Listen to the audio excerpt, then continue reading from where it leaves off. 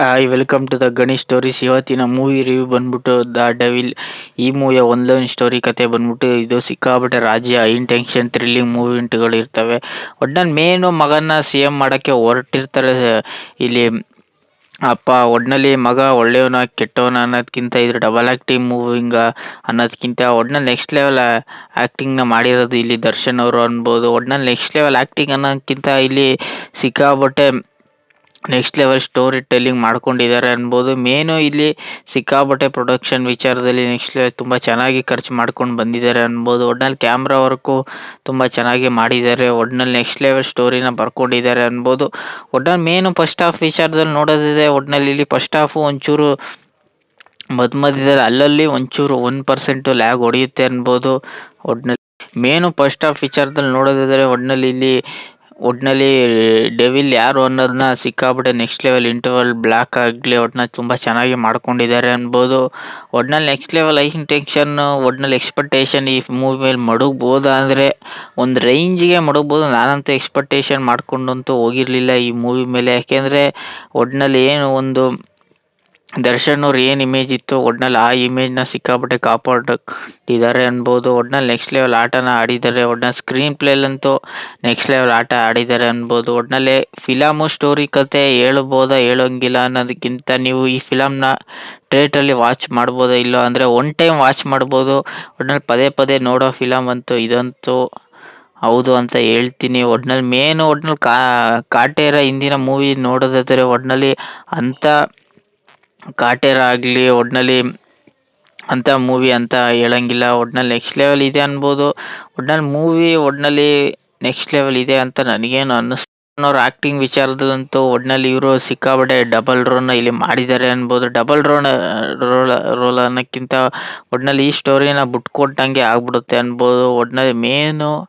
ಒಟ್ನಲ್ಲಿ ಈ ಸ್ಟೋರಿನ ಸಿಕ್ಕಾಪಟ್ಟೆ ನೆಕ್ಸ್ಟ್ ಲೆವೆಲ್ ತೊಗೊಂಡೋಗಿದ್ದಾರೆ ಅನ್ಬೋದು. ಮೇನು ಇಲ್ಲಿ ಡೈರೆಕ್ಷನ್ ವಿಚಾರದಲ್ಲಿ ಪ್ರಕಾಶ್ ಅವರು ತುಂಬ ಚೆನ್ನಾಗಿ ಕಥೆನ ಬರ್ಕೊಂಡಿದ್ದಾರೆ. ಒಟ್ನಲ್ಲಿ ಕತೆ ಅನ್ನೋದಕ್ಕಿಂತ ಇಲ್ಲಿ ಸ್ಕ್ರೀನ್ ಪ್ಲೇನು ತುಂಬ ಚೆನ್ನಾಗಿ ಎಡಿಟಿಂಗಲ್ಲಿ ತುಂಬ ಚೆನ್ನಾಗಿ ಆಟ ಆಡಿದ್ದಾರೆ ಅನ್ಬೋದು. ಯಾಕೆಂದರೆ ದರ್ಶನ್ ಅವರು ಕೊನೆಗೆ ಸಿ ಎಂ ಆಯ್ತಾರಾ ಇಲ್ವಾ ಅನ್ನೋದನ್ನ ನೀವು ಮೂವಿಲೇ ನೋಡಬೇಕು ಗುರು. ಒಟ್ನಲ್ಲಿ ದರ್ಶನ್ ಆ್ಯಕ್ಟಿಂಗ್ ಅಂತೂ ನೆಕ್ಸ್ಟ್ ಲೆವೆಲ್ ಕ್ರೇಜ್ ಅಂತೂ ಹುಟ್ಟಿಸಿದೆ ಅನ್ಬೋದು. ಈ ಮೂವಿಲಿ ಆ್ಯಕ್ಟಿಂಗ್ಗೆ ಟಾಪ್ ನಾಚ್ ಅನ್ಬೋದು. ಒಟ್ನಲ್ಲಿ ಆ್ಯಕ್ಟಿಂಗ್ ವಿಚಾರದಲ್ಲಿ ದರ್ಶನ್ ಅವ್ರನ್ನ ಯಾರು ಮೀರ್ಸೋ ಅನ್ನೋರು ಈ ಮೂವಿಲಿ ಇಲ್ಲ ಅನ್ಬೋದು. ಒಟ್ನಲ್ಲಿ ಮೇನು ಆ್ಯಕ್ಟಿಂಗ್ ವಿಚಾರದಲ್ಲಿ ದರ್ಶನ್ ಅವರು ಈ ಮೂವಿನ ಸಿಕ್ಕಾಪಟ್ಟೆ ಒಂದೇ ಶೋಲ್ಡ್ರಲ್ಲಿ ಎತ್ಕೊಂಡು ಹೋಗಿದ್ದಾರೆ ಅಂತ ನನಗೇನು ಅನ್ನಿಸ್ತು. ಒಟ್ನಲ್ಲಿ ಕಾಮಿಡಿ ವಿಚಾರದಲ್ಲಿ ಗಿಲ್ಲಿ ಮಧ್ಯದಲ್ಲಿ ಯಾರನ್ನು ಹಾಕ್ಕೊಂಡಿದ್ದಾರೆ. ಅಷ್ಟೇನು ವರ್ಕ್ ಆಗಿಲ್ಲ. 1% ಕಾಮಿಡಿ ಮಧ್ಯದಲ್ಲಿ ಬರುತ್ತೆ ಹೊರತು ಒಟ್ನಲ್ಲಿ ಕಾಮಿಡಿ ಅಂಥದ್ದೇನಿಲ್ಲ ಈ ಮೂವಿಲಿ ಗುರು. ಒಟ್ನಲ್ಲಿ ಮೇನ್ ಗುರು ಹೇಳ್ತೀನಿ ವಿಚಾರದಲ್ಲಿ ನೋಡಿದ್ರೆ ಇಲ್ಲಿ ಅಚ್ಯುತ್ ಕುಮಾರ್ ಅವರು ನೆಕ್ಸ್ಟ್ ಲೆವೆಲ್ ರೋಲ್ ಪ್ಲೇ ಮಾಡಿದ್ದಾರೆ ಅನ್ಬೋದು.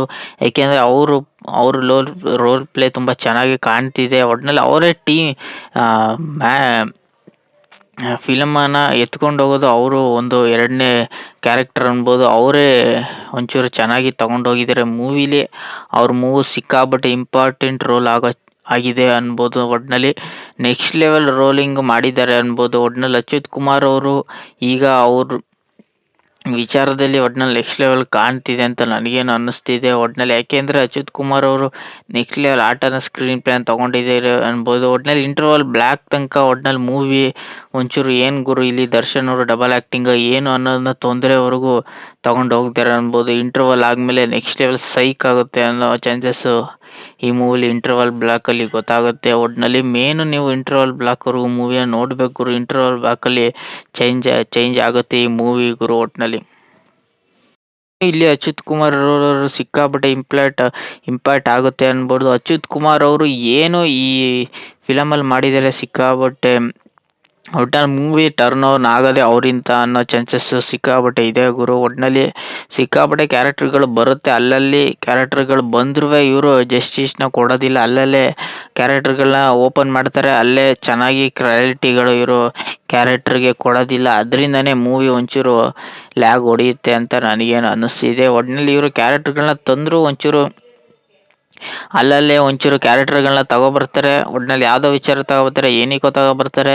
ಒಟ್ನಲ್ಲಿ ಅಲ್ಲೇನು ಬೇಕಾಗೇ ಇರಲಿರೋ ಕ್ಯಾರೆಕ್ಟರ್ಗಳನ್ನ ಇವರು ತಗೊಬಂದು ಒಟ್ನಲ್ಲಿ ಸ್ಕ್ರೀನ್ ಪ್ಲೇನ ಅಲ್ಲಿ ಲ್ಯಾಗ್ ಹೊಡಿಸ್ತಾರೆ ಗುರು. ಒಟ್ನಲ್ಲಿ ಈ ಮೂವಿಲಿ ಹೀರೋಯಿನ್ ವಿಚಾರದಲ್ಲಿ ನೋಡೋದಾದ್ರೆ ಇಲ್ಲಿ ಒಟ್ನಲ್ಲಿ ಹೀರೋಯಿನ್ ಅನ್ನೆಸೆಸರಿ ಆಗಿ ಇವರು ತುರ್ಕಿಲ್ಲ ಅನ್ಬೋದು. ಒಟ್ನಲ್ಲಿ ಮೇನು ಹೀರೋಯಿನ್ ಸಿಕ್ಕಾಬಟ್ಟೆ ಇಂಪ್ಲಾಕ್ಟ್ ಆಗುತ್ತೆ. ಒಟ್ನಲ್ಲಿ ಸಿಕ್ಕಾಬಟ್ಟೆ ಯೂಸ್ಫುಲ್ ಆಗುತ್ತೆ ಹೀರೋಯಿನ್ ಕ್ಯಾರೆಕ್ಟರು. ಒಟ್ನಲ್ಲಿ ಯಾಕೆಂದರೆ ಹೀರೋಯಿನ್ನಿಂದನೇ ಇಲ್ಲಿ ಒಂಚೂರು ಇಂಟರ್ವಲ್ ಆದಮೇಲೆ ಚೇಂಜ್ ಆಗೋ ಚಾನ್ಸಸ್ಸು ಇದ್ದೇ ಇರುತ್ತೆ. ಒಟ್ನಲ್ಲಿ ಮೇನು ಈ ಮೂವಿ ಟೋಟಲಾಗಿ ನೋಡಿದ್ರೆ ಒಟ್ನಲ್ಲಿ ಫಸ್ಟಿಂದ ಇಂಟರ್ವಲ್ವರೆಗೂ ಮೂವಿ ಬೇರೆ ಥರ ಇದ್ದರೆ ಇಂಟರ್ವಲ್ ಆದಮೇಲೆ ಬೇರೆ ಥರ ಆಗುತ್ತೆ. ಇಂಟರ್ವಲ್ ಆಗಿ ಸೆಕೆಂಡ್ ಆಟಕ್ಕೆ ನೋಡೋದಾದರೆ ಒಟ್ನಲ್ಲಿ ಒಂಚೂರು ಮಧ್ಯದಲ್ಲಿ ಅಲ್ಲೆಲ್ಲಂತೂ 99% ಲ್ಯಾಗ್ ಹೊಡೆಯುತ್ತೆ ಇಂಟರ್ವಲ್ ಆದಮೇಲೆ.